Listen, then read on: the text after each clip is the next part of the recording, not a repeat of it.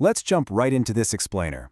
ISRO's brand new Small Satellite Launch Vehicle, the SSLV, was supposed to be an absolute game changer for space travel, but instead, it turned into a highly publicized, multi-year hurdle. Today, we're unpacking exactly what went wrong. We're going to look at what this new tech actually is, what happened during its recent flight, and most importantly, the underlying structural factors that turn a standard little technological hiccup into a massive roadblock. So here is the big mystery we need to solve. Why did ISRO's newest custom-developed rocket successfully make it all the way to space, only to deploy its payload of satellites into a totally useless orbit? To understand why this particular launch failed in its final moments, and honestly, why that failure carries such a heavy weight for the organization, we first have to understand why they even built this rocket in the first place. Section 1. The pivot to small. For decades, we've traditionally relied on heavy lifters, right? Rockets like the PSLV and GSLV. But firing up a massive 100 crore rocket just to launch a tiny satellite, it's incredibly inefficient. It's kind of like renting an entire freight train just to deliver a single pizza. Enter the SSLV. It's a highly efficient, severely cost-optimized alternative, designed specifically to bring the cost per kilogram of launching into space as low as humanly possible.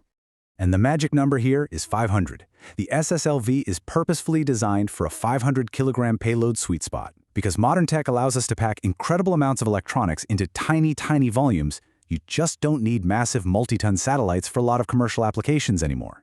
We now have these amazing nanosatellites and CubeSats that weigh anywhere from a single kilogram up to 100 kilograms. So an SSLV can carry a batch of 3 to 5 of these small satellites all at once, perfectly hitting capacity without wasting a single drop of excess fuel or funding. What we're looking at here is essentially a space taxi business model. It's a purely commercial play. Smaller nations, private corporations, research institutions, they all desperately need rides to orbit, but they definitely don't have the budget to rent a massive GSLV. So ISRO is offering them a highly competitive space taxi, and thankfully, without the surge pricing.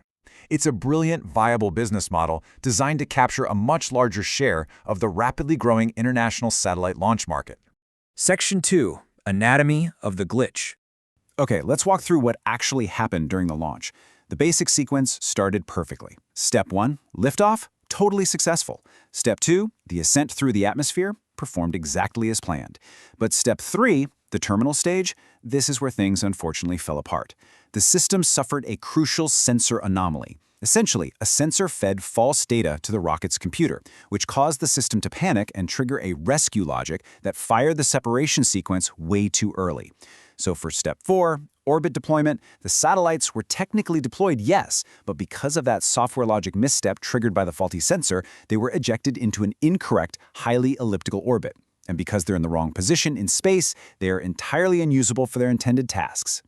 But before we judge this too harshly, we have to remember that this wasn't a commercial flight. It was explicitly categorized as a developmental launch. And a developmental launch is quite literally a trial-and-error test flight. It is actively designed to identify operational flaws in brand new aerospace technology. The engineers gather telemetry data during the flight, they pinpoint exactly what causes a failure, like, say, an unexpected sensor anomaly, and then they rectify it. This failure? It's just a fundamental part of the scientific method in action. Section 3. Normalizing rocket science failures. 20 to 30%. That was the initial success rate of the American and Russian space programs back in the 1950s and 1960s. Just think about that for a second. The vast majority of their early rockets completely failed to take off, or they exploded right on the launch pad, or they just entirely missed their targets. Over time, through relentless trial and error, they figured out what worked and improved their performance. So, realistically, a single terminal stage sensor glitch on a brand new rocket, it's completely normal. Section 4. The true bottleneck. Budget constraints. And this brilliantly illustrates the core divide of this whole explainer. If early failures are totally normal, why is the SSLV glitch such a crippling concern? Well, well-funded private giants like SpaceX and Blue Origin don't just stop when something goes wrong. They conduct rapid iterations. Sometimes they run hundreds of tests on various components over a period of mere months.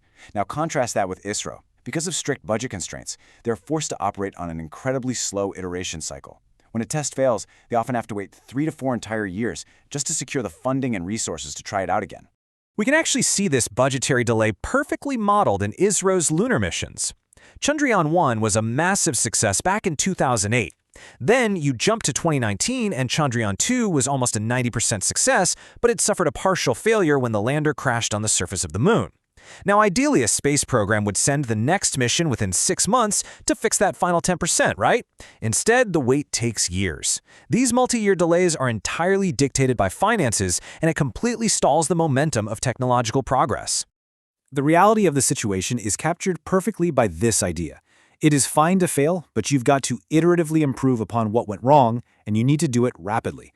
ISRO is staffed by absolutely brilliant scientists and engineers. They have the talent to identify the terminal stage glitch in the SSLV, and they have the exact knowledge needed to fix it. These engineers want to test out new technology rapidly, but they're entirely bottlenecked by lack of money. Section 5. The cost of slow iteration. In an ideal world, you identify a problem and you launch once a month for 6 months, until the technology is completely perfected through rapid trial and error. But the current, budget-dictated reality? It means testing only once every 6 months or even just once every few years.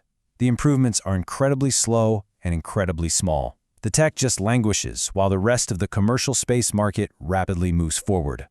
So we have to ask ourselves, how can publicly funded space programs compete when strict budgets restrict the rapid trial and error required for cutting-edge technology?